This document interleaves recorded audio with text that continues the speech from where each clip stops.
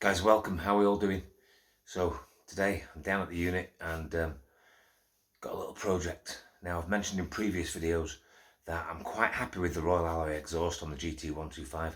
I like the sound of it. I've got no desire to make it noisy or make it sound like a two-stroke. Doesn't really interest me. But what I do like is the look of the Tasso exhaust.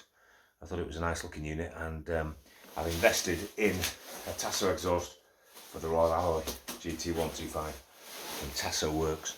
So today we're going to have a go at fitting that and putting it on, and it's going to be the start of maybe some other upgrades. You guys know that I've already invested in the Molossi clutch kit and variator. I've just never got round to putting it on, so I'm going to combine that with the exhaust, maybe make a few other tweaks as well. You'll have to keep your eyes peeled in future videos. And I've weighed up whether it's worth moving up to maybe a GP300 in the future, and I can't really justify the financial investment. It's too much, right? It's just too much money. So I thought I'd try and maximise what we can get with the GT125. All right. So this is the first of a series of upgrades, and it's the Tasso Works exhaust. All right. Should be straightforward. Let's see how we get on. So if you've watched my previous videos, you'll know that I've already replaced the exhaust on this once and switched it directly for another Royal Alloy. So the whole process of removing the exhaust is very straightforward. Remove the panel, we'll whip the exhaust off, alright? I've got another video on that, so if you want to watch that in detail, feel free. But I might just speed this a little bit up. Okay. It's been a while since I've had the panels off, to be honest, over the winter.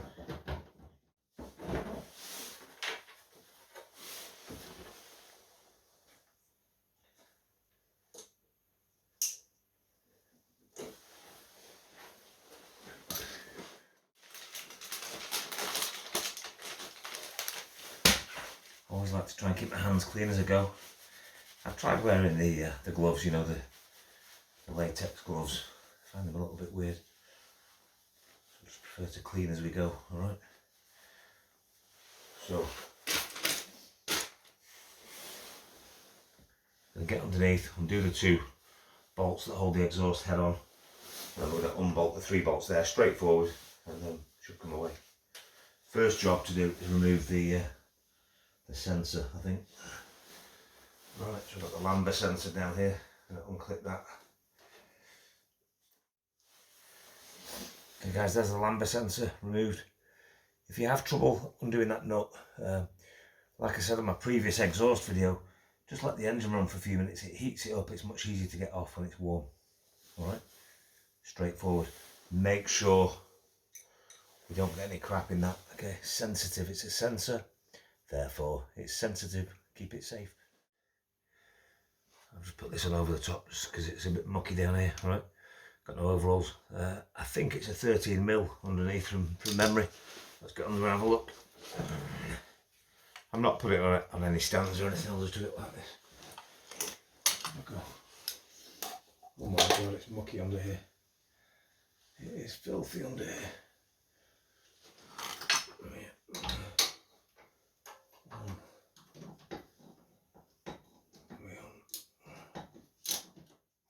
Okay guys, so the exhaust is off in one piece, very straightforward.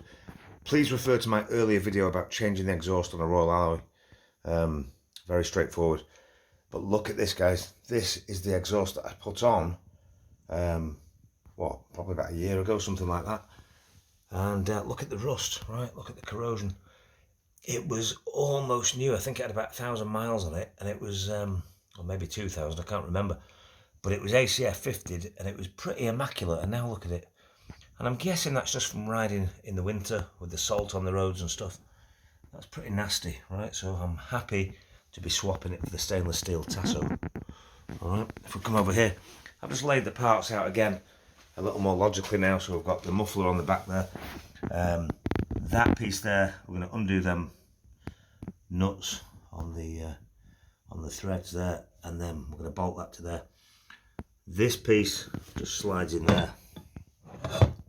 Oops, that slides into there, very straightforward, nice snug fit. You've got a bracket here with a spring, and I'm guessing these two pieces attach the bracket. Right, we're going to figure that out. There's your little crush washer that goes in the end there. Okay, well, it goes on there. It doesn't go in it. Whoops. It goes on it, right? And that slots up into the mounting where your flange goes. All right, so it should be straightforward. I'm going to start by fitting this piece under the scoop and get that bolted on. Okay, guys, you learn from experience to hold your crush washer in place while you offer up the flange. Just use a little bit of household Vaseline. Right, a little bit of that on there. We'll just hold it nicely. 1, 2, 3, 4. Just 4 little blobs. We'll hold it up there while we offer it up.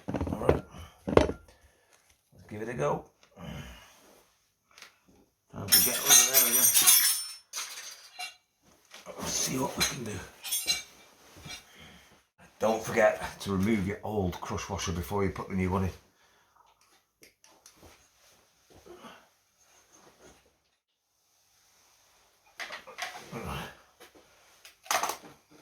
There we go, guys, there's the old one.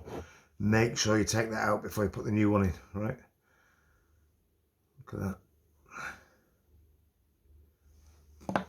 Let's offer the new one up and then we can put the exhaust on. A little bit of Vaseline on there.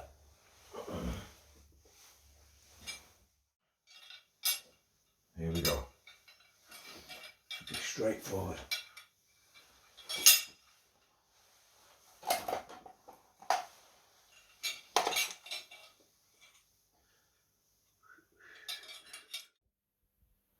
Okay, guys, so got so far with the installation of the new exhaust. Took the old one off straightforward.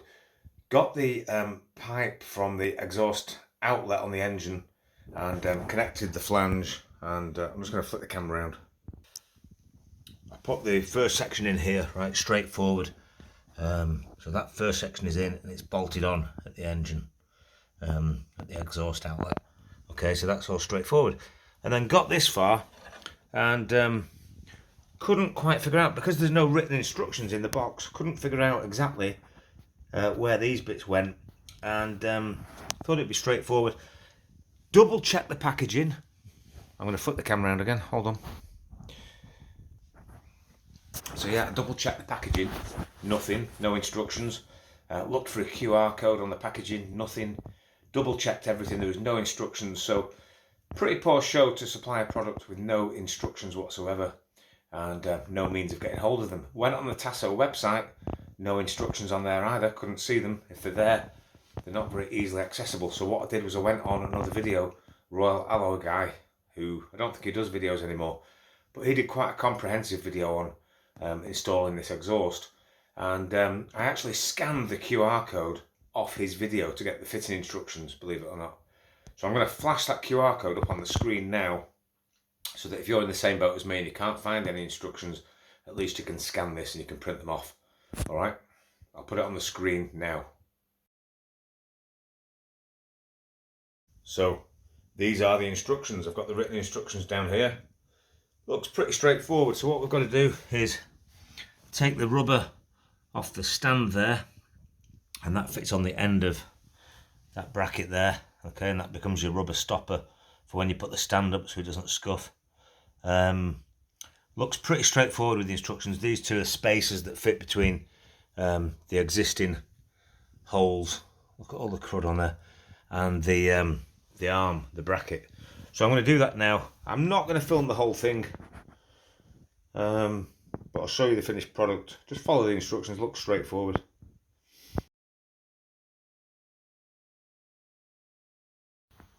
Okay, guys, so you can see I've got the bracket attached there. I've got the pipe attached down here, which is swiveling around. Now, to say I'm a little disappointed is a little bit of an understatement, because I'm going to explain a few issues we've got here. Right, the bracket is great, engineered nicely, feels solid. You fix it to the frame up here, the existing hole in the frame, with the original bolt there, right? So that's fine. This one down here is a little M8 bolt that's supplied to attach it to the mudguard, but weirdly they don't supply a nut with it. There's no M8 nut, so you've got to find your own nut, right? A little bit strange.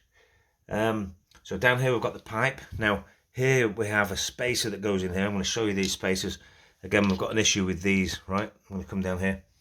So the M8 spacer, which is this one, the long one that's been supplied, is meant to fit, if I get under here, it's meant to fit there, right? In there. You can see I put the, don't know whether you can see that, let's try and get closer. So here, okay, you see there, we've got a nut, sorry, a bolt that comes through there. Okay, we've got the little L-shaped bracket there with the rubber that we fixed. But here, that is actually meant to fit in there over that bolt, right? Now, as you can see, it's too long. It does not fit. For that to fit in there, it means that the whole bracket is going to stand off the frame. However, the M10 that they've supplied, the length of that M10 would fit perfectly in there, right? I don't know if you can see that, but it would fit perfectly in there. It's the perfect length, right? So I think they've messed up. I think they've provided me with one that is too long. The M10 actually fits in here. This is where this goes. Again, let me come out. So the M10 fits in there, right? And that bolts onto there, which is fine.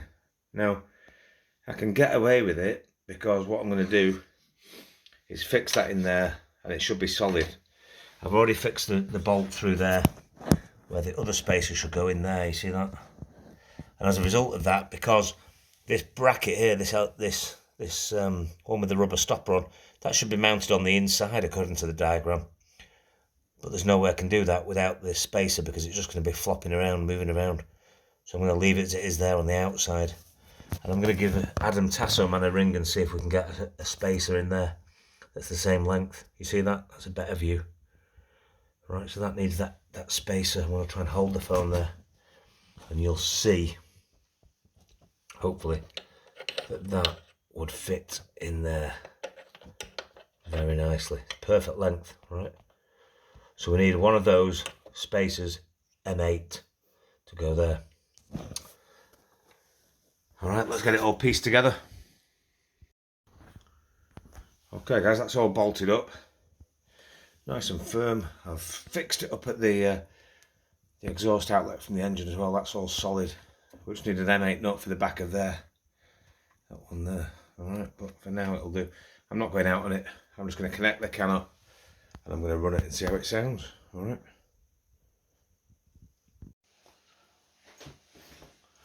Okay guys, so one final thing. We are left with a spring here, right? Where does the spring go? It goes, you see that little bracket there with a hole in? There's another bracket up here, and I think that connects together to pull this push fit joint tight, right? Although it's already tight, to be fair. So there's a little bracket there. I'm going to hook that on there, and I'm going to stretch it.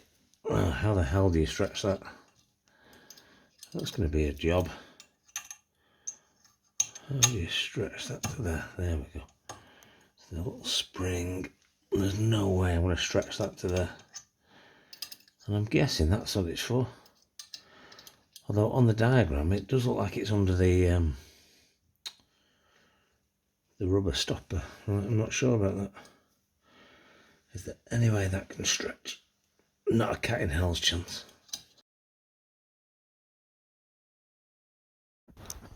So you can see there, solid. Even without that second spacer, I'm still going to try and get that spacer for down there. But for now it'll do. You can see just in there, that's where the spacer should be, in there. Yeah. So what I actually ended up doing was ordering that spacer off eBay. A lot easier than trying to get in touch with Tasso and get one off them, believe it or not, which is a bit sad, but it was just a lot easier doing it on eBay. So sorted. Before you fire the scooter up, don't forget to reconnect your lambda sensor under there and then reconnect the terminal block, right? Which I've done, so we're good to go. Let's fire it up, see how it sounds. See how it performs, fingers crossed.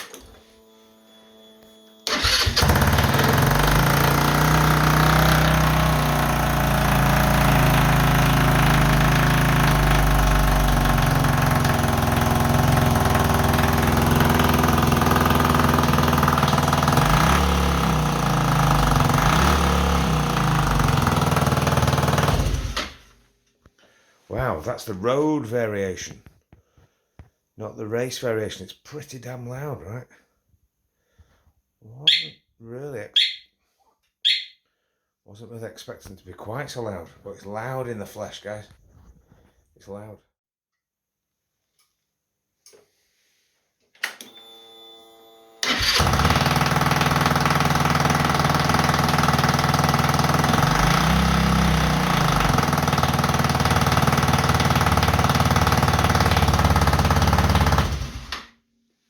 Jesus Christ, that's loud. Okay guys, so a quick summary. What do I think of the Tasso exhaust, and what do I think of Tasso as a company? Hopefully you can hear me. It's a little bit windy up here. I've come out for a short ride, and well, to be honest, since fitting the exhaust now, I've done about 150 miles with it, and the sound is gradually growing on me. So positives: it looks the business. It's fairly easy to fit once you've got the instructions, and I think it looks amazing. The sound is loud, right? If you're used to the factory Royal Alloy exhaust, this is going to seem really loud. And bear in mind that this is the road variation, not the race variation. God knows what that sounds like. Once you get used to the sound, it is a nice sound. It's growing on me a lot. It's a kind of like throaty grumble is how I would describe it. And the argument for loud exhaust is that they could be safer because people will hear you and they'll see you as well. So they'll hear you a lot quicker, a lot sooner. All right, so once you get used to the sound, it sounds okay. It's very, very loud compared with the factory one. And negatives. Number one, it didn't come with any instructions. I double checked the packaging twice, no QR code. Getting hold of Tasso is a little bit of a nightmare. It's a bit hit and miss. I've read a lot of comments online from people saying that they can't get hold of Adam Tasso Man. So let's summarise that. He makes great products. The products seem fine. Time will tell. But to not be able to get hold of anybody when you need to is not particularly good. So maybe they could improve on that. One more thing, guys. The exhaust. I didn't have any other work done. I just put the exhaust on myself. No remap, nothing like that. And did it improve performance? Well, funnily enough, it did. It was reading a couple of miles an hour faster downhill on the bypass than it normally would do. Right, so that's interesting. They say that just the exhaust on its own won't do anything for performance, but in my case, it seemed to by 1 or 2 miles an hour at the top end. Whether that's normal or not, I've no idea. All right, but yeah. What do you think, guys? What do you think of the Tasso? How does it look? How does it sound? Let's just fire it up now that we're outside and we've not got the reverberation off the wall. Then you can hear it.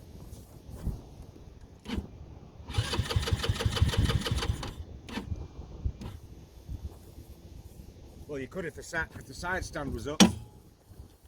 Try again.